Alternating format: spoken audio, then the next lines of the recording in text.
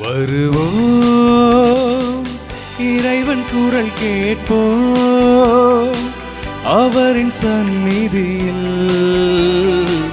இணைந்து வருவோம், கலந்து மகிழ்வோம், புதிய உலகம் நாம் காணுவோம். இணைந்து வருவோம், கலந்து மகிழ்வோம், புதிய உலகம் நாம் காணுவோம். வருவோம்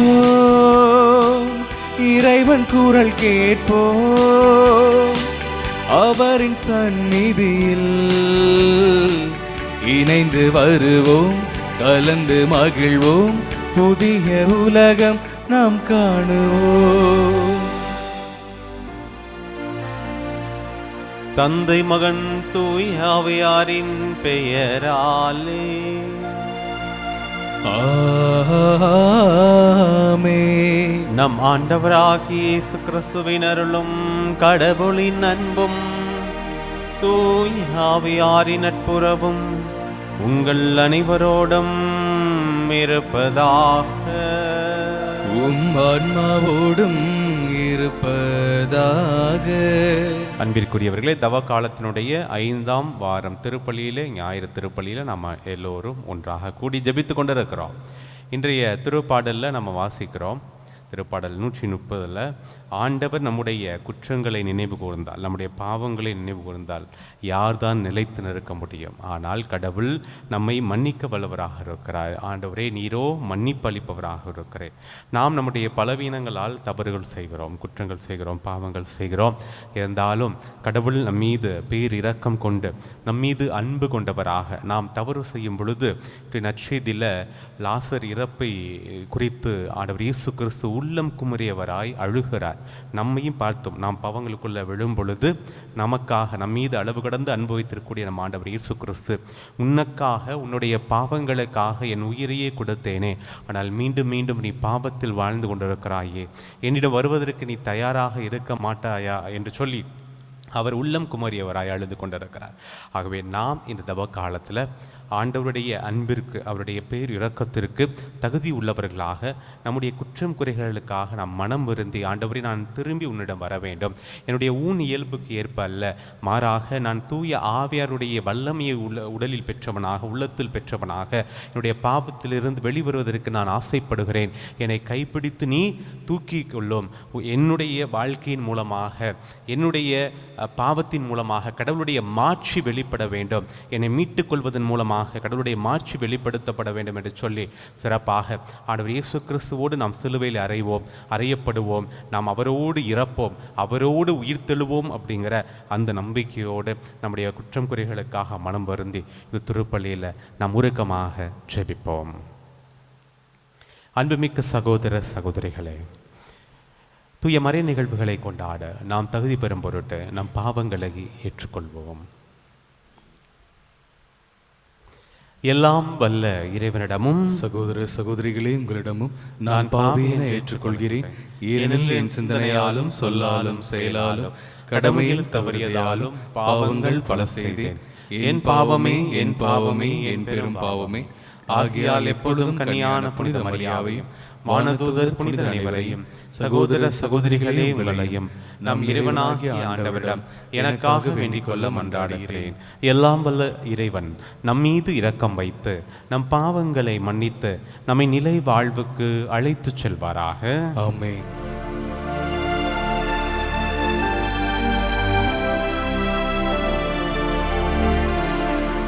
என் பிதாவே, என்னை மன்னியும். என் பிதாவே, என்னை மன்னியும். இயேசுவே, என்னை இரட்சியும்.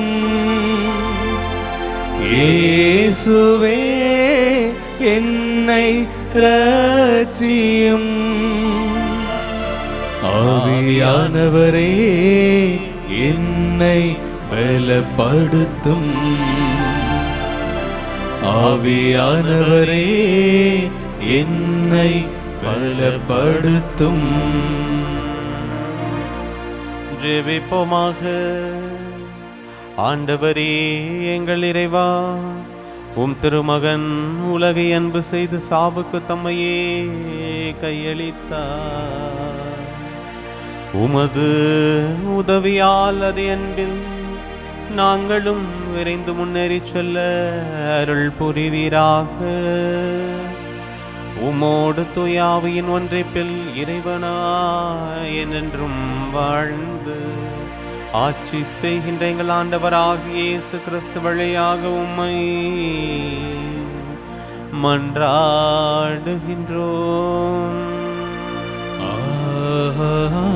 ஆமென்.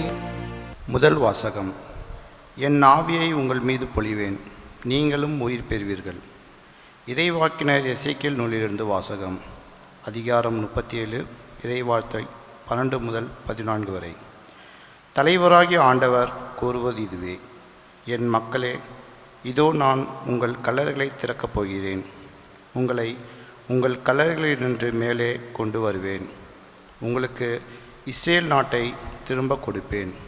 அப்பொழுது என் மக்களே, நான் உங்களை கல்லறைகளை திறந்து உங்களை அவற்றிலிருந்து வெளிக்கொணர்களை நானே ஆண்டவர் என்பதை அறிந்து கொள்வீர்கள். என் ஆவியை உங்கள் மீது பொழிவேன், நீங்களும் உயிர் பெறுவீர்கள். நானும் உங்களை உங்கள் சொந்த நாட்டில் குடியமர்த்துவேன். ஆண்டவராகிய நான் உரைத்தேன், நானே இதை செய்தேன் என அப்போது அறிந்து கொள்வீர்கள் என்றார் தலைவராகிய ஆண்டவர்.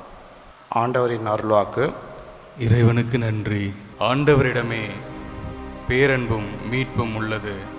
ஆண்டவரிடமே பேரன்பும் மீட்பும் உள்ளது. ஆண்டவரிடமே பேரன்பும் மீட்பும் உள்ளது. ஆண்டவரிடமே பேரன்பும் மீட்பும் உள்ளது. ஆண்டவரே, ஆழ்ந்த துயரத்தில் இருக்கும் நான் உம்மை நோக்கி மன்றாடுகிறேன். ஆண்டவரே, என் மன்றாட்டுக்கு செவிசாய்த்தருளும். என் விண்ணப்பக் குரலை உம்முடைய செவிகள் கவனத்துடன் கேட்கட்டும். என் விண்ணப்பக் குரலை உம்முடைய செவிகள் கவனத்துடன் கேட்கட்டும். ஆண்டவரிடமே பேரன்பும் மீட்பும் உள்ளது. ஆண்டவரே, நீரின் குற்றங்களை மனதில் கொண்டிருந்தார் யார்தான் நிலைத்து நிற்க முடியும்? நீரே மன்னிப்பு அளிப்பவர், மனிதரும் உமக்கு அஞ்சி நடப்பார். ஆண்டவரிடமே பேரன்பும் மீட்பும் உள்ளது. ஆண்டவருக்காக ஆவலுடன் நான் காத்திருக்கின்றேன். என் நெஞ்சம் காத்திருக்கின்றது. அவரது சொற்களுக்காக ஆவலுடன் காத்திருக்கின்றது. விடியலுக்காக காத்திருக்கும் காவலரை விட, ஆம், விடியலுக்காக காத்திருக்கும் காவலரை விட என் நெஞ்சம் என் தலைவருக்காக ஆவலுடன் காத்திருக்கின்றது. ஆண்டவரிடமே பேரன்பும் மீட்பும் உள்ளது. ஆண்டவரிடமே பேரன்பும் மீட்பும் உள்ளது. இரண்டாம் வாசகம். இறந்த இயேசுவை உயிர்த்தெழ செய்தவரின் ஆவி உங்களுக்குள் குடிக்கொண்டிருக்கிறார். திருத்தூதர் பவுல் ரோமியருக்கு எழுதிய திருமுகத்திலிருந்து வாசகம். அதிகாரம் 8, இறை திருமுத்துக்கள் 8-11 முடிய. சகோதர சகோதரிகளே, ஊனியல்புக்கேற்ப வாழ்வோர் கடவுளுக்கு உகந்தவர்களாய் இருக்க முடியாது. ஆனால் கடவுளின் ஆவி உங்களுக்குள் குடிக்கொண்டிருந்தால் நீங்கள் ஊனியல்பை கொண்டிராமல் ஆவிக்குரிய இயல்பை கொண்டிருப்பீர்கள். கிறிஸ்துவின் ஆவியை கொண்டிராதோர் அவருக்கு உரியோர் அல்ல. பாவத்தின் விளைவாக உங்கள் உடல் செத்ததாயினும் கிறிஸ்து உங்களுக்குள் இருந்தால் நீங்கள் கடவுளுக்கு ஏற்புடையவர்கள் ஆக்கப்படுவீர்கள். அதன் பயனாக தூய ஆவி உங்களுக்குள் உயிராயிருக்கும். மேலும் இறந்த இயேசுவை உயிர்த்தெழுத செய்தவரின் ஆவி உங்களுக்குள் குடிக்கொண்டிருந்தால் கிறிஸ்துவை உயிர்த்தெழ செய்த அவரே உங்களுள் குடிக்கொண்டிருக்கும் தம் ஆவியினாலே சாவுக்குரிய உங்கள் உடல்களையும் உயிர் பெற செய்வார். ஆண்டவரின் அருள்வாக்கு. இறைவனுக்கு நன்றி.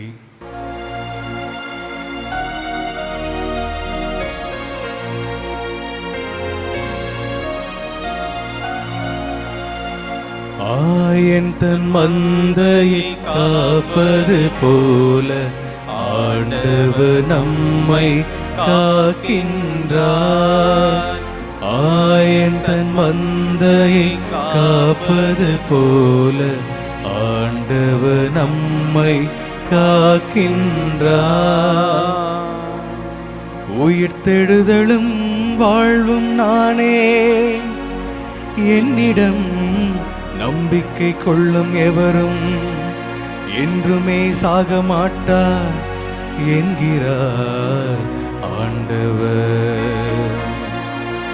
ஆயன் தன் மந்தையை காப்பது போல ஆண்டவர் நம்மை காக்கின்றார். ஆண்டவர் உங்களோடு இருப்பாராக. ஆன்மாவோடும் இருப்பாராக. புனித யோவான் எழுதிய நற்செய்தியிலிருந்து வாசகம். ஆண்டவரே மாட்சி உமக்கே. யோவான் நற்செய்தி அதிகாரம் 11 இறைவசனங்கள் 3-7, 17, 20-27, 33-45. அக்காலத்தில் லாசரின் சகோதரிகள் இயேசுவிடம் ஆள் அனுப்பி, ஆண்டவரே, உம் நண்பன் நோயிற்றிருக்கிறான் என்று தெரிவித்தார்கள். அவர் இதை கேட்டு, இந்நோய் சாவில் போய் முடியாது, கடவுளின் மாட்சி விளங்கவே இவன் நோயுற்றான், இதனால் மானிட மகனும் மாட்சி பெறுவார் என்றார். மார்த்தாவிடமும் அவருடைய சகோதரியான மரியாவிடமும் லாசரிடமும் இயேசு அன்பு கொண்டிருந்தார். லாசர் நோயுற்றிருந்ததை கேள்விப்பட்ட பிறகு தாம் இருந்த இடத்தில் இன்னும் 2 நாள் அவர் தங்கியிருந்தார். பின்னர் தம் சீடரிடம், மீண்டும் யூதேயாவுக்கு போவோம், வாருங்கள் என்று கூறினார். இயேசு அங்கு வந்தபோது லாசரை கல்லறையில் வைத்து ஏற்கனவே 4 நாள் ஆயிருந்தது. இயேசு வந்து கொண்டிருக்கிறார் என்று கேள்விப்பட்டதும் மார்த்தா அவரை எதிர்கொண்டு சென்றார். மரியா வீட்டில் இருந்து விட்டார். மார்த்தா இயேசுவை நோக்கி, ஆண்டவரே, நீர் இங்கே இருந்திருந்தால் என் சகோதரன் இறந்திருக்க மாட்டான். இப்போது கூட நீர் கடவுளிடம் கேட்பதையெல்லாம் அவர் உமக்கு கொடுப்பார் என்பது எனக்கு தெரியும் என்றார். இயேசு அவரிடம், உன் சகோதரன் உயிர்த்தெழுவான் என்றார். மார்த்தா அவரிடம், இறுதி நாள் உயிர்த்தெழுதலின் போது அவனும் உயிர்த்தெழுவான் என்பது எனக்கு தெரியும் என்றார். இயேசு அவரிடம், உயிர்த்தெழுதலும் வாழ்வும் நானே. என்னிடம் நம்பிக்கை கொள்பவர் இறப்பினும் வாழ்வார். உயிரோடு இருக்கும்போது என்னிடம் நம்பிக்கை கொள்ளும் எவரும் என்றுமே சாக மாட்டார். இதை நீ நம்புகிறாயா என்று கேட்டார். மார்த்தா அவரிடம், ஆம் ஆண்டவரே, நீரே மெசியா, நீரே இறைமகன், நீரே உலகிற்கு வரவிருந்தவர் என நம்புகிறேன் என்றார். இயேசு உள்ளங்குமரி கலங்கி, அவனை எங்கே வைத்தீர்கள் என்று கேட்டார். அவர்கள் அவரிடம், ஆண்டவரே, வந்து பாரும் என்றார்கள். அப்போது இயேசு கண்ணீர் விட்டு அழுதார். அதை கண்ட யூதர்கள், பாருங்கள், லாசர் மேல் இவருக்கு எத்தனை அன்பு என்று பேசிக்கொண்டார்கள். ஆனால் அவர்களுள் சிலர், பார்வையற்றவருக்கு பார்வையளித்த இவரை சாகாமல் இருக்க செய்ய இயலவில்லையா என்று கேட்டனர். இயேசு மீண்டும் உள்ளம் குமரியவராய் கல்லறைக்கு அருகில் சென்றார். அது ஒரு குகை, அதை ஒரு கல் மூடியிருந்தது. கல்லை அகற்றிவிடுங்கள் என்றார் இயேசு. இறந்து போனவரின் சகோதரியான மார்த்தா அவரிடம், ஆண்டவரே, 4 நாள் ஆயிற்று, நாற்றம் அடிக்குமே என்றார். இயேசு அவரிடம், நீ நம்பினால் கடவுளின் மாட்சியை காண்பாய் என நான் உன்னிடம் கூறவில்லையா என்று கேட்டார். அப்போது அவர்கள் கல்லை அகற்றினார்கள். இயேசு அண்ணாந்து பார்த்து, தந்தையே, நீர் என் வேண்டுதலுக்கு செவி சாய்த்ததற்காக உமக்கு நன்றி கூறுகிறேன். நீர் எப்போதும் என் வேண்டுதலுக்கு செவி சாய்க்கிறீர் என்பது எனக்கு தெரியும். எனினும் நீரே என்னை அனுப்பினீர் என்று சூழ்ந்து நிற்கும் இக்கூட்டம் நம்பும் பொருட்டே இப்படி சொன்னேன் என்று கூறினார். இவ்வாறு சொன்ன பின் இயேசு உரத்த குரலில், லாசரே, வெளியே வா என்று கூப்பிட்டார். இறந்தவர் உயிரோடு வெளியே வந்தார். அவருடைய கால்களும் கைகளும் துணியால் சுற்றப்பட்டிருந்தன. முகத்தில் துணி சுற்றப்பட்டிருந்தது. கட்டுகளை அவிழ்த்து அவனை போக விடுங்கள் என்று இயேசு அவர்களிடம் கூறினார். மரியாவிடம் வந்திருந்த யூதர் பலர் இயேசு செய்ததைக் கண்டு அவரை நம்பினர். ஆண்டவரின் அருள் வாக்கு. கிறிஸ்துவே உமக்கு புகழ். கிறிஸ்து இயேசுவில் அன்பிற்கும் பாஸ்திற்கும் இனிய அன்பான இறைமக்களே, ஆராதனை வலையொலியின் அன்பு நேயர்களே, தவக்காலத்தினுடைய 5வது ஞாயிறு திருப்பலியில் பங்கெடுத்து ஆண்டுடைய இறை வார்த்தையை, இறைவன் தருகின்ற இறை மருந்தை உண்ண உங்கள் ஒவ்வொருவரையும் இந்த நேரத்தில் அன்போடு வாஞ்சியோடு வேண்டுகிறேன். இன்றைக்கு வாசிக்கப்பட்ட இந்த நற்செய்தி வாசகமும் சரி, முதல் வாசகமும் இறப்பை குறித்த செய்தியை சொல்லுகிறது. அது இறப்போடு தொடர்புடைய ஒரு செய்தியாக மாறியிருக்கிறது. இயேசு செய்த புதுமைகளிலேயே மிகவும் முத்தாய்ப்பாக அதிசயமும் அற்புதமும் ஆழ நிறைந்த ஒரு புதுமையாக பார்க்கப்படுவது இந்த லாசரை கல்லறையிலிருந்து ஆண்டவர் எழுந்தரச் செய்த அந்த நிகழ்வு தான். இந்த புதுமையை நாம் அலசி ஆராய்ந்து பார்ப்பதற்கு முன்பாக வழக்கமாக நாம் செய்கிற ஒரு தவறு என்ன அப்படின்னா, இயேசுடைய உயிர்த்தெழுதலையும் இந்த லாசர் உயிரோடு எழும்பி வந்ததையும் ஒரு சில நேரங்களில் நம்ம போட்டு குழப்புறது உண்டு. ஆங்கிலத்தில் சரியாக தான் பயன்படுத்துகிறாங்க. நம்ம தமிழில் தான் ரெண்டுக்குமே உயிர்த்தலை செய்தார் அப்படின்னு சொல்கிறோம். ஆங்கிலத்தில் ரைஸ்டு அப்படி தான் சொல்கிறாங்க, எழுப்பப்பட்டார் அப்படின்னு சொல்கிறாங்க. உயிர்த்து எழுந்தார் அப்படின்னு அவர் தன்னிலையாக எழுந்து சென்றார், அவர் தான். அவரை யாரும் எழுப்பலை, அவரே எழுந்து சென்றார். He resurrected himself. ஆண்டவர் உயிர்த்தெழுந்தார். ஆனால் இங்கே லாசர் உயிரோடு எழுப்பப்பட்டிருக்கிறார். மொத்தமாக நற்செய்தியில் நமக்கு 3 இடங்களில் இறந்தோர் உயிர்த்து எழச் செய்யப்பட்ட காரியங்கள் இருக்கு. உயிரோடு இறந்தவர்கள் உயிர் பெறச் செய்தப்பட அந்த காரியங்கள் 3 இடங்களில் இருக்கு. ஒன்று, ஜெய்ரூவினுடைய மகள், அவள் இறந்து விட்டதாக செய்தி வருகிறது.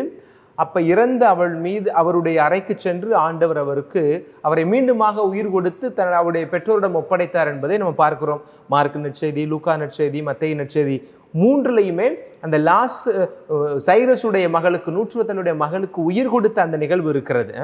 தொழுகை கூட தலைவருடைய மகளுக்கு கொடுத்ததாகவும் சொல்லப்பட்டிருக்கிறது. 2வது முக்கியமானது லூக்கா நற்செய்தியில் மட்டுமே சொல்லப்பட்டிருக்கிற ஒரு பகுதி, நைன் நகரத்து கைம்பெண்ணுடைய மகனுக்கு ஆண்டவர் உயிர் கொடுக்கிறார். இறந்த அவரை பாடையில் தூக்கி கொண்டு போய் கொண்டிருக்கிறார்கள். இறந்த அவரை பாடையில் தூக்கி கொண்டு போயிட்டு இருக்கிற பொழுது அந்த தாயினுடைய கண்ணீரை கண்டு அந்த தாயினுடைய அவல நிலையை போக்கும் பொருட்டு ஆண்டவர் ஒரு புதுமையை செய்து அந்த மகனை அந்த தாயினுடைய கையில் ஒப்படைக்கிறார். இது 2மே இறந்த நிலையில் இருப்பவர்களுக்கு உயிர் கொடுத்தது. ஆனால் என்னன்னா, இந்த 2லையுமே இறந்ததாக சொல்லப்படுவதில் 100% சாத்தியம் இல்லை. ஏன்னா அந்த பெண் அப்பத்தான் இறந்ததாக சொல்லப்படுகிறது. அந்த மேல் அறையில் வைத்திருக்கிறார்கள். தாயும் தகப்பனை கூட்டிக் கொண்டு தன்னுடைய அந்த 3 சீடர்களையும் அழைத்து கொண்டு ஆண்டவர் போய் அந்த குழந்தையினுடைய கையை பிடித்து எழுப்புகிறார். அப்போ நமக்கு அங்கே நம்ம சந்தேகப்படுறது கூட வாய்ப்பு இருக்கிறது. மக்கள் இயேசுவை சந்தேக கண்ணோடையே தான் பார்த்து கொண்டு இருந்தாங்க இல்லையா?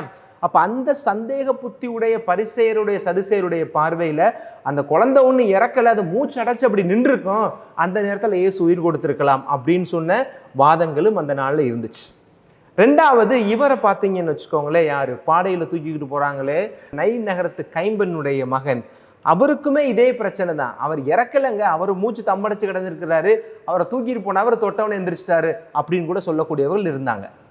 ஆனால் இந்த லாசருடைய உயிர் கொடுக்கப்பட்ட இந்த நிகழ்வு, rise from the death of Lazarus அப்படின்னு சொல்றது வந்து, அவன் இறந்து கல்லறைக்குள் அடக்கம் செய்யப்பட்டு 4 நாள் ஆயிப்போச்சு. அப்போ கிட்டத்தட்ட அந்த பாடி அழுகக்கூடிய நிலையில், உடல் சிதைந்து அழுகி நாற்றம் எடுக்கக்கூடிய நிலையில தான் இருக்கிறது. அப்போ துணியெல்லாம் சுத்தி உள்ள வச்சிருக்கிறாங்க, ஊரே தெரியும். அடக்கமே செஞ்சுட்டு வந்தாச்சு. அடக்கம் செய்துவிட்டு ஆறுதல் சொல்லக்கூடிய மக்களுடைய ஆறுதலை கேட்பதற்காக அந்த 2 சகோதரிகளும் மார்த்தாவும் மரியாவும் அறையில் வீட்டில் இருக்கிறார்கள். அப்போதுதான் இயேசு ஆண்டவர் வந்து இந்த ஒரு புதுமையை செய்ததாக நாம் பார்க்கிறோம். பிரியமான இறை பிள்ளைகளே, அந்த புதுமைக்குள்ள நம்ம போறதுக்கு முன்னாடி, இன்றைக்கு இறப்பு என்பது பல நிலைகளில் மனிதனுக்கு வருகிறது. முதல் நிலையில பார்த்தோம்னா, அடுத்தவர்களால் நமக்கு வேணுமென்றே செய்து வரக்கூடிய ஒரு சில இறப்புகள், அது போர்ல வர சாவா இருக்கலாம், கொலை செய்யப்படக்கூடியதாக இருக்கலாம், கருணை கொலையாக கூட இருக்கலாம், தீவிரவாத தாக்குதலில் இறக்குறாங்க, போதைக்கு அடிமையாக இறக்குறாங்க, விபத்தில் அடிபட்டு இறக்குறாங்க. இப்படி இறப்புகள் பல நிலைகளில் வருகிறது. தன்னையே கொன்று கொள்ளக்கூடியவர்கள், இப்படி தற்கொலை செய்து கொள்ளக்கூடியவர்கள், போதை வஸ்துக்களை பயன்படுத்தக்கூடியவர்கள், மன அழுத்தத்திற்கு தன்னையே ஆட்படுத்தி கொள்ளக்கூடியவர்கள், இன்னைக்கு டிப்ரெஷனில் சாகக்கூடியவர்கள் நிறைய பேர் இருக்கிறாங்க.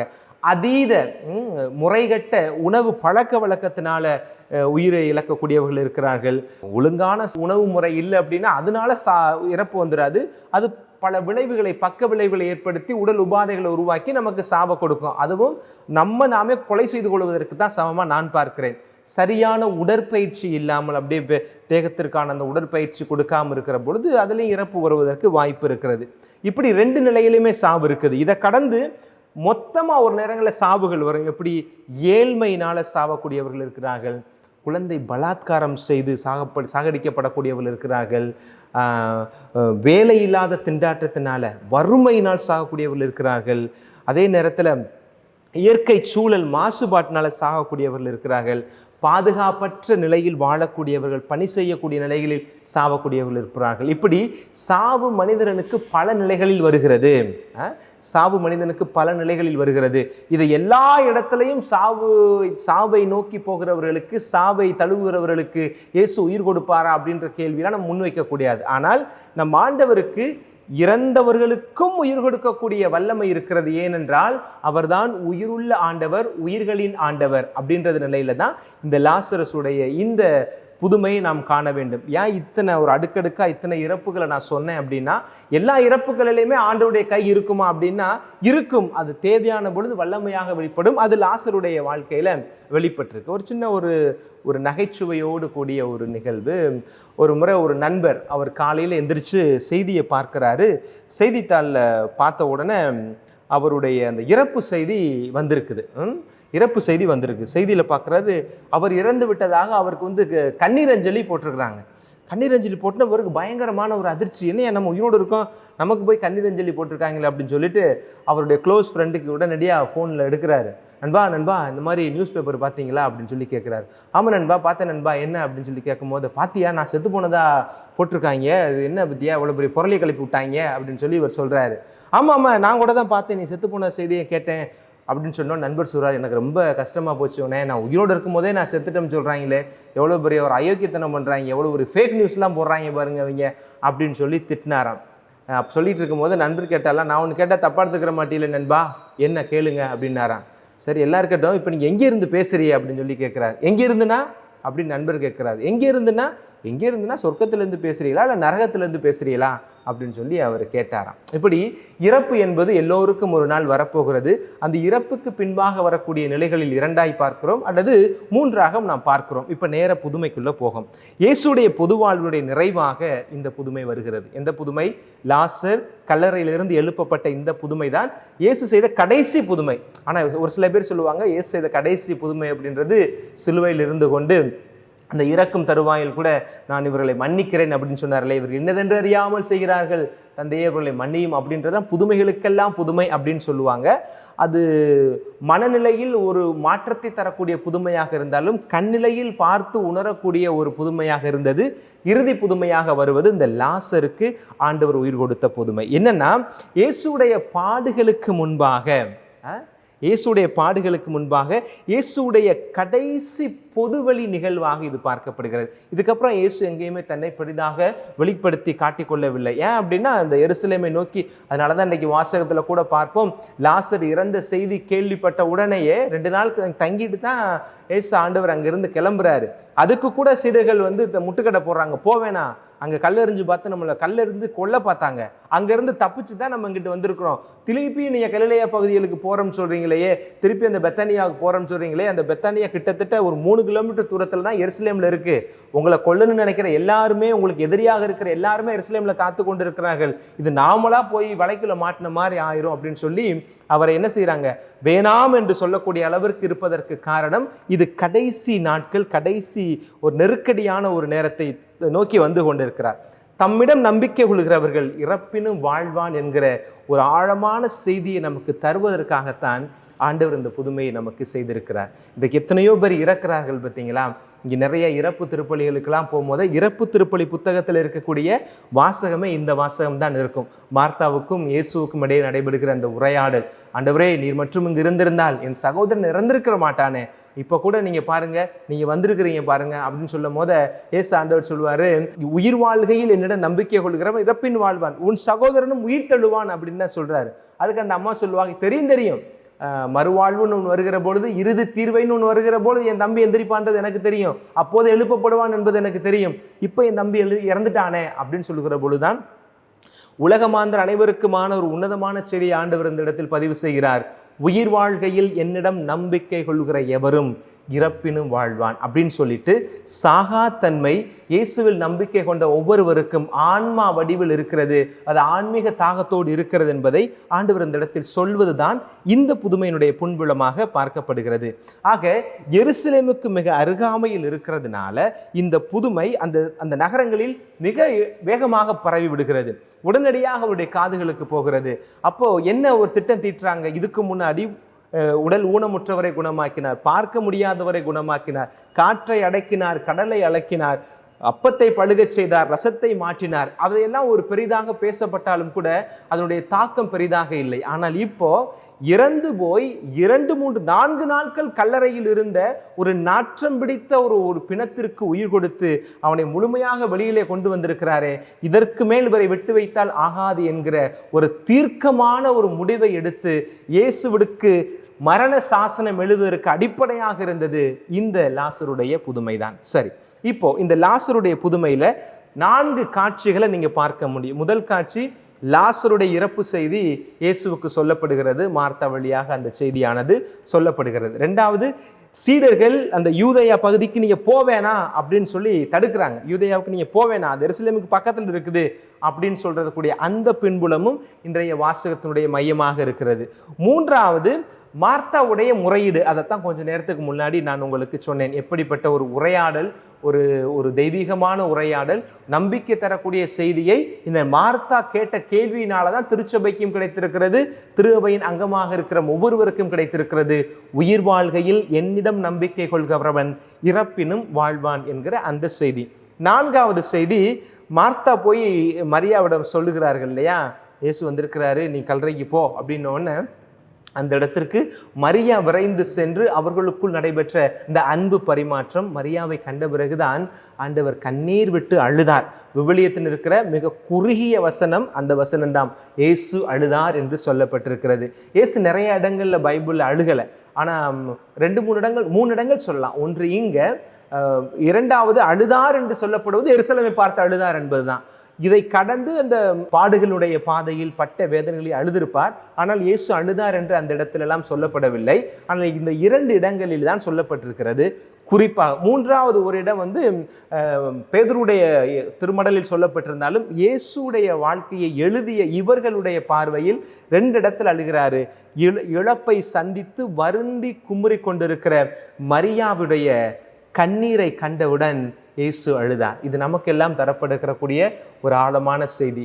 நாம் நம்முடைய உறவுகளை இழந்து அந்த உறவுகளுடைய வெற்றிடத்தை நிரப்புவார் யார் என்று நினைத்து நாம் அழுகிற பொழுது ஆண்டவர் நம்மோடு இணைந்து நமக்காக கண்ணீர் சிந்தி நம்முடைய உணர்வுகளில் பங்கெடுக்கிறார் என்பதை இந்த இடத்துல ஆண்டவர் நமக்கு பதிவு செய்கிறார். அப்புறம் 5வதாக என்ன செய்தி வருகிறதுனா லாசரை எழுப்பிய செய்தி. ஏன் இந்த 5ஆக உங்களுக்கு பிரித்து சொல்கிறேன்னா, இன்னைக்கு வாசகம் மிக நீண்ட நெடிய வாசகம். ஆனால் இந்த 5 காட்சிகள் தான் அந்த அந்த ஒட்டுமொத்த வாசகத்திலையுமே இருக்கிறது. இப்போ எங்கள் ஊரெல்லாம் பார்த்தீங்கன்னா, இப்போ அந்த பாஸ்கா காலங்கள் நெருங்கி வந்துடுச்சு இல்லையா. இப்போ நான் ஒரு காரங்காடுன்ற ஒரு கிராமத்தில் நான் கிராமப்புற பங்கு அங்கே நான் டீக்கனாக இருக்கும் போது அங்கே 2 நாள் பாஸ்கா நடத்துவாங்க. அப்போ இந்த 2 நாள் பாஸ்காவையுமே யாருக்கும் சொல்ல முடியாது. ஆனால் காட்சிகளை வைத்திருப்பார்கள். இத்தனை காட்சி, காட்சி 1, காட்சி 2, காட்சி 3, காட்சி 4, அப்படி காட்சிகளில் தான் போவாங்க. அதனால் இந்த வாசகம் பெருசாக இருக்கிற பொழுது நீங்கள் முழுமையாக புரிந்து கொள்ள முடியவில்லாட்டிலும், ஞாபகத்தில் வச்சு கொள்ள முடியலைனாலும் இந்த 5 காரியங்களை நம்ம தெரிந்து கொள்ள வேண்டும். இறப்பு செய்தி வருது, சீடர்கள் வேணான்னு தடுக்கிறாங்க, அதையும் மீறி இயேசு அந்த இடத்துக்கு போகிறாரு. மார்த்தா எதிர்கொண்டு வருகிறார்கள், அவர்களுக்குள் உரையாடல் நடக்கிறது. இயேசுவை சந்தித்த பிறகு மார்த்தாவுக்குள்ளாக ஒரு ஆத்ம தாகம், ஒரு அமைதி, ஆறுதல் கிடைத்த உடனே அந்த ஆறுதல் தன் தங்கச்சிக்கு கிடைக்குன்னு சொல்லிட்டு மார்த்தா தான் மரியாவை போய் பார்க்க சொல்றாங்க. இயேசுவை போய் பாருங்க அப்படின்னு பார்க்கிறார்கள். 4வது காட்சி. 5வது காட்சியாக லாசர் உயிர் கொடுத்து எழுப்பப்படுகிறார். இந்த காட்சிகளை தான் நம்ம இன்னைக்கு பார்க்கிறோம். பிரியமான இறை பிள்ளைகளே, இன்றைக்கு வாசிக்கப்பட்ட இந்த வாசகத்தில் இந்த கடைசி பகுதியை பாருங்களேன். ஆண்டவர் எவ்வளவு தூரம் தன்னுடைய வல்லமையை இறைவனின் மகிமைக்காக பயன்படுத்துகிறார் என்பது நமக்கு புரியும். தந்தையே, நீர் என் வேண்டுதலுக்கு செவி சாய்த்ததற்காக உமக்கு நன்றி கூறுகிறேன். இன்னும் அவர் வேண்டவே ஆரம்பிக்கல, உள்ளத்தில் தான் நினைத்திருக்கிறார். தன் நினைத்திருக்கிற காரியத்தையே என் தந்தையானவர் எனக்கு நடத்தி தருவார் என்ற நம்பிக்கையில இயேசு சொல்லுகிறார், தந்தையே, நீர் என் வேண்டுதலுக்கு செவி சாய்த்ததற்காக நான் உனக்கு நன்றி சொல்கிறேன். நீர் எப்போதும் என் வேண்டுதலுக்கு செவி சாய்க்கிறீர் என்பது எனக்கு தெரியும். ஆயினும் கூட நீர் என்னை அனுப்பினீர் என்று சூழ்ந்திருக்கிற இந்த கூட்டம் நம்பும் பொருட்டே இப்படியாக நான் வேண்டுகிறேன் என்று சொல்லிட்டு ஆண்டவர் உரத்த குரலில சத்தம் போட்டு சொல்கிறாரு, லாசரே வெளியே வா. ஏன் சத்தம் போட்டு சொல்றாரு? ஏற்கனவே சூழ்ந்திருக்கிற கூட்டம் எல்லாமே எப்படி 2 கூட்டம் இருக்குது. ஒன்று பாருங்க, லாசர் மீது அவருக்கு எவ்வளோ அன்பு, கண்ணீர் விட்டு அழுகிறார் அப்படின்ற சொல்ற கூட்டம் இருக்குது. அடுத்த பக்கம் என்னென்னமோ செஞ்சாருன்னு சொல்றாங்க, ரொம்ப நண்பர்ன்றாங்க. லாசர் குடும்பம் தான் அவர் ரொம்ப நெருங்கிய குடும்பம். அவருடைய திருக்குடும்பத்துக்கு அப்புறம் பெத்தானியா குடும்பம் தான் இயேசுவுக்கு நெருங்கிய குடும்பம் அப்படின்றாங்க. அப்போ இந்த லாசரை ஏன் இறக்க விட்டாரு அப்படின்ற பேசக்கூடிய மக்களும் இருக்கிறதுனால, இயேசுதான் லாசரை கல்லறையிலிருந்து எழுப்பினார் என்பது எல்லோருக்கும் தெரியும் என்னமாகத்தான் உரத்த குரலில் சொல்கிறார், லாசரே வெளியே வா என்று சொல்கிறார்.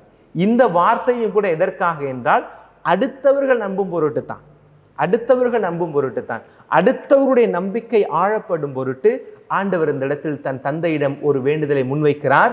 அந்த வேண்டுதலை கேட்பதற்கு முன்பாகவே கிடைத்து விட்டது என்ற நம்பிக்கையில் அந்த ஜெபத்தை, அந்த வார்த்தையை அவர் முன்னெடுத்து வைக்கிறார். ஆக அன்பு இறை மக்களே, இறக்கப் போகும் செய்தி கேள்விப்பட்ட பிறகு இயேசு ஏன் தாமதமானார் என்பதற்கும் அந்த தாமதத்தில் இருக்கிற செய்தியையும் நாம் புரிந்து கொள்ள வேண்டும். ஏன் தாமதமாக வர்றார் அப்படின்னா, நாட்கள் கழிந்தால்தான் இந்த செய்தி 4 பேருக்கு பரவும். ஏன்னா கடைசி புதுமையாக இருக்கிறதுனால அதை மிக உச்சமாக செய்ய விரும்புகிறார். அது எதிர்பார்த்தது போலவே அந்த பட்டி தொட்டி எங்கும் பரவி எல்லோருக்கும் லாசருடைய இறப்பு செய்தி போய் சேருகிறது. அதற்கு இணையாக உயிர்ப்பு செய்தியும் போய் சேருகிறது. இப்போ கடைசியாக சரி, லாசருடைய புதுமை இன்றைக்கு 5வது வாரத்திலேயே நமக்கு தவக்காலத்தில் கொடுக்கப்பட்டிருக்கிறதே, இது நமக்கு சொல்லுகிற செய்தி என்ன?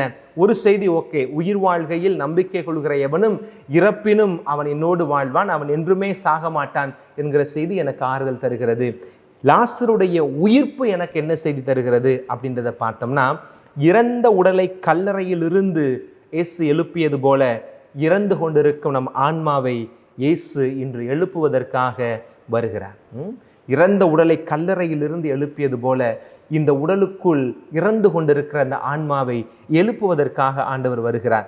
இதை நீங்கள் புரிந்து கொள்வதற்கு இன்றைக்கு வாசிக்கப்பட்ட முதல் வாசகம் மிக குறுகிய வாசகம். அதை வாசித்து நிறைவு செய்யலாம் என்று நினைக்கிறேன். அப்போ அந்த என்ன சொல்லப்படைய இசைக்கியலுடைய இதில் தலைவராகிய ஆண்டவர் கூறுவது இதுவே. அவர் என்ன சொல்லுகிறார்? என் மக்களே, இதோ நான் உங்கள் கல்லறைகளை திறக்க போகிறேன்.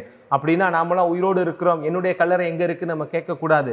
நம்முடைய உள்ளம், நம்முடைய ஆன்மாவைத்தான் ஆண்டவர் சொல்லுகிறார், உங்கள் கல்லறைகளை நான் திறக்க போகிறேன், உங்களை உங்கள் கல்லறைகள் நின்று மேலே கொண்டு வருவேன். அதுதான் தவக்காலம். இந்த தவக்காலம் நம்முடைய கல்லறைகளை திறக்கக்கூடிய ஒரு காலம். இந்த கல்லறைகளை திறந்து ஆண்டவர் நம்மை மேலெழுப்பி கொண்டு வரக்கூடிய ஒரு காலமாய் இருக்கிறது. அதோடு நின்று விடவில்லை, சொல்லுகிறார் பாருங்களேன், உங்களுக்கு இஸ்ரேல் நாட்டை திருப்பி கொடுப்பேன் அப்படின்னா இந்த ஆன்மாவை உயிர் கொடுத்து இந்த ஆன்மாவுக்கு உரமூட்டி அந்த ஆன்மாவை மீண்டுமாய் நான் உனக்கே கொடுப்பேன். அப்போது என் மக்களே, நான் உங்கள் கல்லறைகளை திறந்து உங்களை அவற்றிலிருந்து வெளிக்கொணர்கையில் நானே ஆண்டவர் என்பதை நீங்கள் அறிந்து கொள்வீர்கள். அதுதான் உண்மையிலும் உண்மையானது.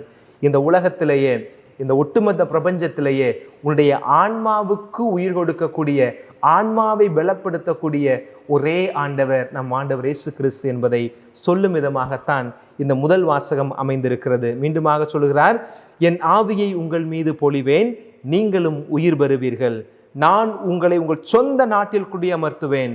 ஆண்டவராகிய நான் உரைத்தேன், நானே இதை செய்தேன் என இப்போது அறிந்து கொள்வீர்கள் என்று சொல்லுகிறார். அன்பு இறை மக்களே, இந்த தவ காலத்தில் நாம் எத்தனையோ தவ முயற்சிகளை மேற்கொண்டாலும் பங்களவிலே தனி மனிதனாக குடும்பமாக நாம் பல்வேறு முயற்சிகளை மேற்கொண்டு இந்த ஆண்டுடைய உயிர்ப்பை மகிமையான விதத்தில், உயிருள்ள விதத்தில் கொண்டாடுவதற்கு நாம் தயாரிக்கிறோமே, அதற்கு முத்தாய்ப்பாய் இன்றைய வாசகம் சொல்லுகிறது, உங்களுடைய கல்லறைகளிலிருந்து நீங்கள் எழும்பி வாருங்கள்.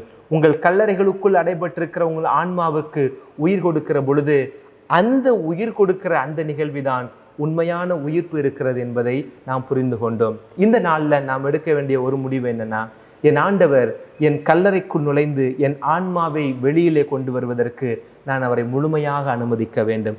எப்படி லாசரை உயிர்த்தலை செய்வதற்கு ஆண்டவர் கல்லறைக்குள் அருகில் சென்றாலோ, அந்த கல்லறைக்குள் அருகில் என்று வெளியே வா என்று சொன்னாரோ, அதே போல ஆண்டவர் இன்றைக்கு நம் ஒவ்வொருவருக்கு முன்பாக நின்று கொண்டு நம்மை ஆன்மாவை நோக்கி சொல்லுகிறார், வெளியே வாருங்கள்.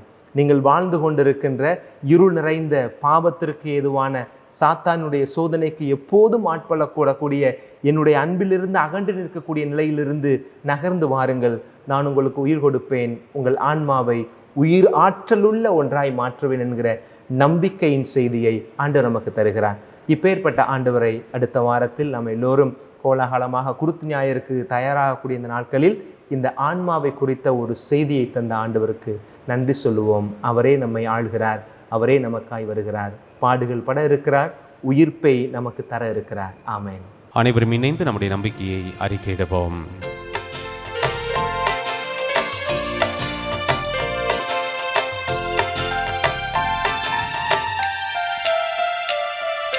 விண்ணையும் மண்ணையும் படைத்தவராம் கடவுள் ஒருவர் இருக்கின்றார். தந்தை மகன் துயராவியராய் ஒன்றாய் வாழ்வோரை நம்புகிறேன். தூய ஆவியின் வல்லமையால் இறைமகன் நமக்காய் மனிதரானார். கண்ணி மரியிடம் பிறந்தவராம் இயேசுவை உறுதிய நம்புகிறேன். தாத்துவின் ஆட்சியில் பாடுபட்டார், சிலுவையில் இறந்து அடக்கப்பட்டார். மூன்றாம் நாளில் உயிர்த்தெழுந்தார், இறப்பின் மீதே வெற்றி கொண்டார். விண்ணகம் வாழும் தந்தையிடம் அரியணை கொண்டு இருக்கின்றார். உலகம் முடியும் காலத்திலே நடுவரை திரும்பவும் வந்திடுவார். தூய ஆவியாரை நம்புகிறேன், பாரினில் அவர் துணை வேண்டுகிறேன்.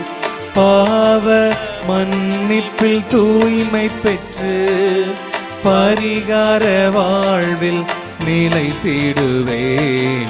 திரு அவை உரைப்பதை நம்புகிறேன், புனிதர்கள் உறவை நம்புகிறேன். உடலின் உயிர்ப்பை நிலை வாழ்வை உறுதியுடனே நம்புகிறேன்.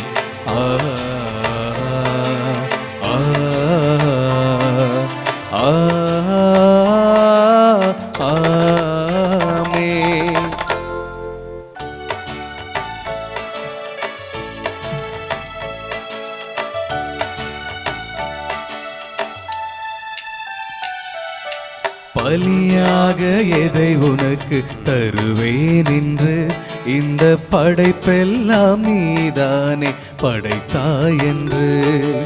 பலியாக எதை உனக்கு தருவேன் என்று இந்த படைப்பெல்லாம் நீதானே படைத்தாய் என்று. என்னையே நான் உமக்களித்தேன் இறைவா என்று. என்னையே நான் உமக்களித்தேன் இறைவா என்று.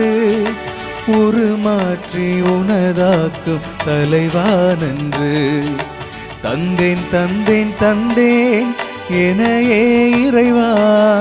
தருவாய் தருவாய் தருவாய் உன் அருளே நிறைவாய். தந்தேன் தந்தேன் தந்தேன் என்னையே இறைவா. தருவாய் தருவாய் தருவாய் உன் அருளே நிறைவாய்.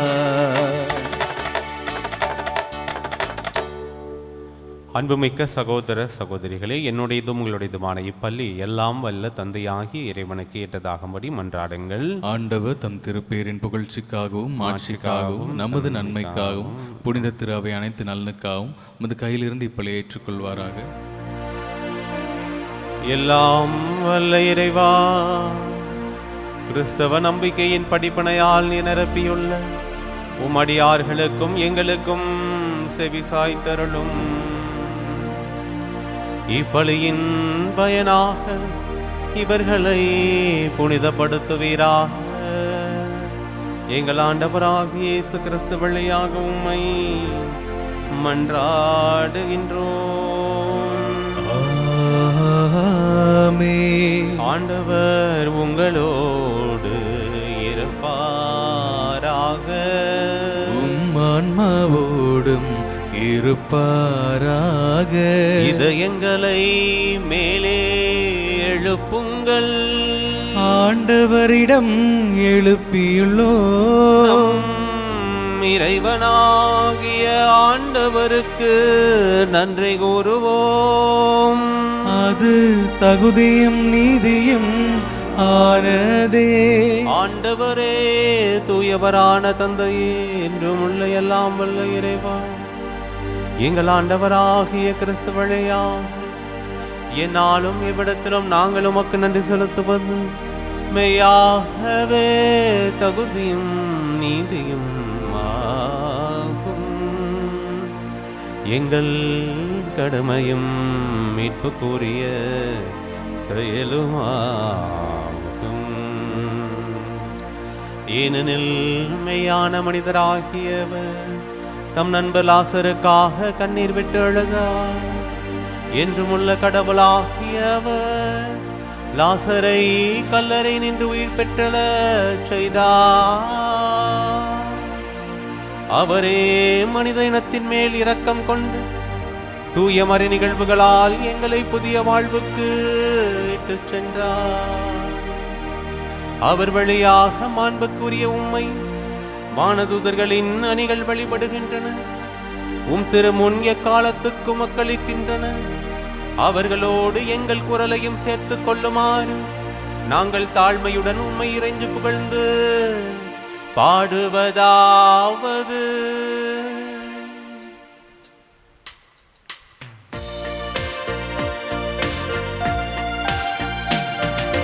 தூயவர் தூயவர் தூயவர் வான் படைகளின் கடவுளா ஆண்டவர். விண்ணகமும் மண்ணகமும் உமது மாட்சியால் நிறைந்துள்ளன.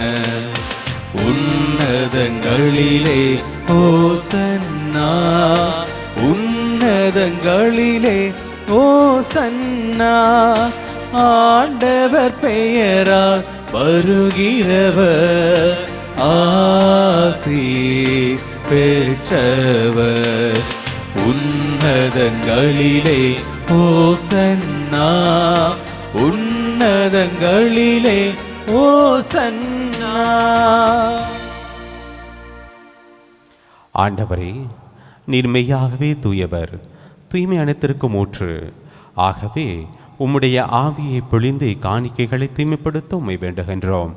இவ்வாறு எங்கள் ஆண்டவர் இயேசு கிறிஸ்துவின் உடலும் இரத்தமுமாக எங்களுக்கு இவை மாறுவனவாக. அவர் பாடுபட உளம் கனிந்து தம்மை கையளித்த போது அப்பத்தை எடுத்து நன்றி செலுத்தி அதை பிட்டு தம் சீடர்களுக்கு அளித்து கூறியதாவது: அனைவரும் இதிலிருந்து பெற்று உண்ணுங்கள், ஏனெனில் இது உங்களுக்காக கையளிக்கப்படும் என் உடல்.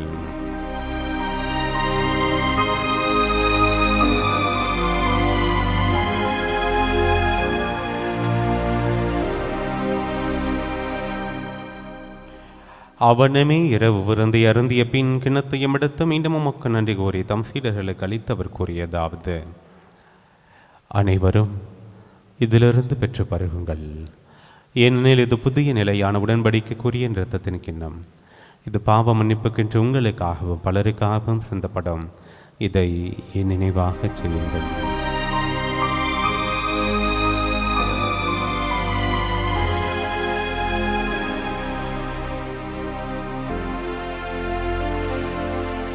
நம்பிக்கையின் மறை பொருள். ஆண்டவரே, நீ வருமளவும் உமது இறப்பினை அறிக்கையிடுகின்றோ, உமது உயிர்ப்பினையும் எடுத்துரைக்கின்றோ. ஆகவே ஆண்டவரே, நாங்கள் கிறிஸ்துவின் இறப்பினையும் உயிர்ப்பினையும் நினைவு கூர்ந்து வாழ்வு தரும் அப்பத்தையும் மீட்பளிக்கும் கிண்ணத்தையும் உமக்கு ஒப்புக் கொடுக்கின்றோம். உம் திருமுனின்று உமக்கு ஊழியம் புரிய தகுந்தவர்கள் என்னை ஏற்றுக்கொண்டீர், எனவே உமக்கு நன்றி செலுத்துகின்றோம். மேலும் கிறிஸ்துவின் உடலிலும் இரத்தத்திலும் பங்குலும் எங்களை தூய ஆவியார் ஒன்று சேர்க்க வேண்டும் என உம்மை தாழ்மையுடன் மன்றாடுகின்றோம். ஆண்டவரே, உலகெங்கும் பரவியிருக்கும் முது திரு அவியை நினைவு கூர்ந்தருளும். எங்கள் திரு தந்தையிலேயோ எங்கள் ஆயர் ஆரோக்கியராஜ் எல்லா திருநிலையினராகிய அனைவரோடும் முது திரு அவையை அன்பில் நிறைவு பெறச் செய்தருளும். உயிர்த்தெழும் எதிர்நோக்குடன் துயிலுள்ளும் எங்கள் சகோதர சகோதரிகளையும் இறந்தோர் அனைவரையும் இரக்கத்துடன் நினைவு கூர்ந்து முது திருமுக ஒளியினுள் ஏற்றருளும். எங்கள் அனைவர் மீதும் இரக்கமாயிரும். கடவுளின் கன்னித்தாயான புனித மரியா, அவருடைய கணவரான புனித யோசேப்பு, புனித திருத்தூதர்கள், இவ்வுலகில் உமக்கு உகந்தவராய் இருந்தோர் ஆகிய புனித அனைவருடனும் நாங்கள் நிலை வாழ்வில் பங்குள்ளும் தகுதி பெற்று உம் திருமணி இயேசு கிறிஸ்து வழியாக உம்மை பொழுந்தித்து வரமரல உம்மையும் மன்றாடுகின்றோம்.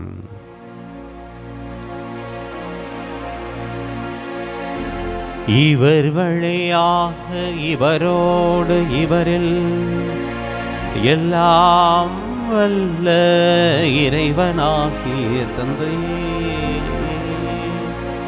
தூய ஆவியாரின் ஒன்றைப்பில் எல்லா புகழும் மாட்சியும் என்றென்றும் உமக்கு உரியதே.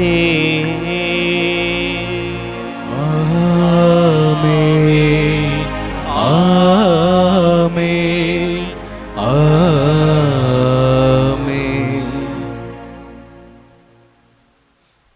மீட்பரின் கட்டளையால் கற்பிக்கப்பட்டு இறைப்படிப்பனையால் பயிற்சி பெற்ற நாம் துணிந்து சொல்வோம்: விண்ணுலகில் இருக்கிற எங்கள் தந்தையே, உமது பெயர் தூயது என போற்றப் பெறுக. உமது ஆட்சி வருக. உமது திருவுள்ளம் விண்ணுலகில் நிறைவேறுவது போல மண்ணுலகிலும் நிறைவேறுக. எங்கள் அன்றாட உணவை இன்று எங்களுக்கு தாரும். எங்களுக்கு எதிராக குற்றம் செய்வோரை நாங்கள் மன்னிப்பது போல எங்கள் குற்றங்களை மன்னியும். எங்களை சோதனைக்கு உட்படுத்தாதையும், தீமையிலிருந்து எங்களை விடுவித்தருளும்.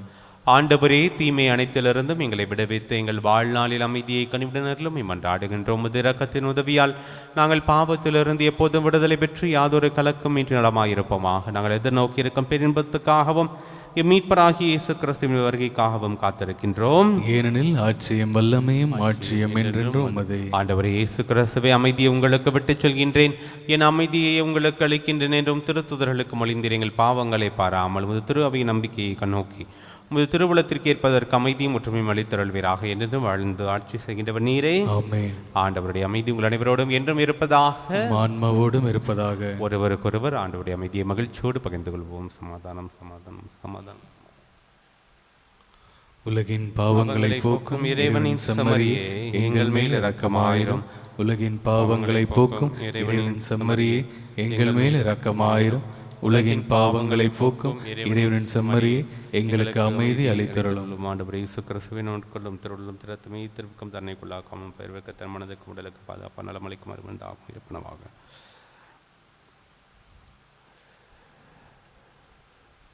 இதோ இறைவனின் சமரி, இவரை உலகின் பாவங்களை போக்குபவர். சம்மரியின் விருந்துக்கு அழைக்கப்பட்டோர் பேர் பெற்றோர். ஆண்டவரே, நீர் என் உள்ளத்தில் எழுந்தருள நான் தகுதியற்றவன், ஆனால் ஒரு வார்த்தை மட்டும் சொல்லிடலாம், எனது ஆன்மா நலமடையும். கிறிஸ்துவின் திருவுடலும் திறத்துமை காத்து நித்திய வாழ்வளிப்பதாக. ஆமென். ஆசை திருவிருந்துக்கான மன்றாட்டு. ஆண்டவரே, நீர் என் இல்லத்தில் எழுந்தருள நான் தகுதியற்றவள், ஆனால் ஒரு வார்த்தை மட்டும் சொல்லியருளும் என்று நூற்றுவர் தலைவன் ஜெபித்தது போல நாங்களும் இப்போது உம் திருப்பாதம் பணிந்து வேண்டுகிறோம். இனிய இயேசுவே, நாங்கள் தகுதியற்றவர்களாய் இருந்தாலும் எங்கள் தகுதியின்மையை பாராமல் நீர் எங்கள் உள்ளங்களில் எழுந்து வாரும். உம் அன்பிலும் அருளிலும் நாங்கள் நிலைத்திருக்க எம்முள் எழுந்து வாரும். நன்மை செய்வதில் ஆர்வமுள்ளவர்களாய் தீமைகள் அனைத்திலிருந்தும் விடுதலை பெற்றவர்களாய் வாழவும் எங்களை வழிநடத்த வாரும். எல்லா நலன்களாலும் வளங்களாலும் எங்களை நிரப்ப வாரும். ஆமேன். நன்றி கூறி மன்றாடுவோமாக.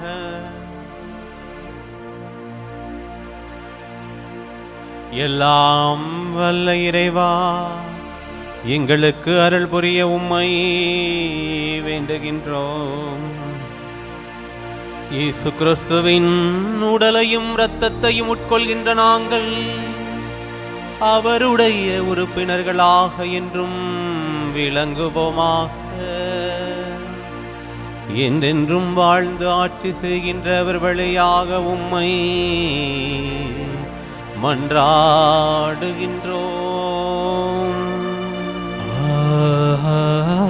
ஆமென். ஆண்டவர் உங்களோடு இருப்பாராக. உம் ஆன்மாவோடும் இருப்பாராக. எல்லாம் வல்ல இறைவன் தந்தை, மகன், தூயாவியார் உங்கள் ஒவ்வொருவரையும் நிறைவாக ஆசிர்வதிப்பாராக. ஆமென். சென்று வாருங்கள், திருப்பலி நிறைவேறிற்று. இறைவனுக்கு நன்றி. உன்னை நான் மறவேன் இயேசுவே, நான் மறவேன்.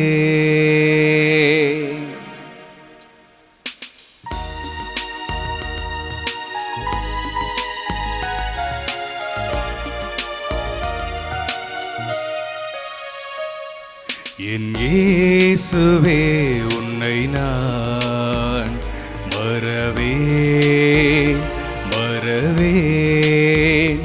என்னாலும் உன்னருளை நான் பாடி மகிழ்ந்திருப்பேன்.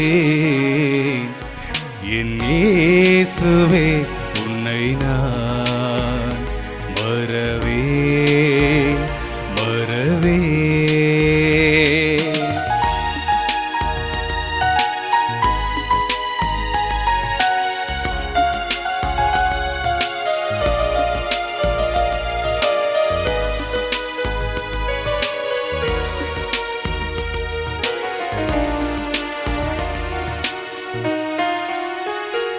உன் நாமம் என் வாயில் நல் பேனா இனிக்கின்றது. உன் நாமம் என் வாயில் நல் பேனா இனிக்கின்றது. உன் அன்பை நானும் எண்ணும் போது ஆனந்தம் பிறக்கின்றது. என் இயேசுவே, உன்னை நான் மறவேன் மறவேன்.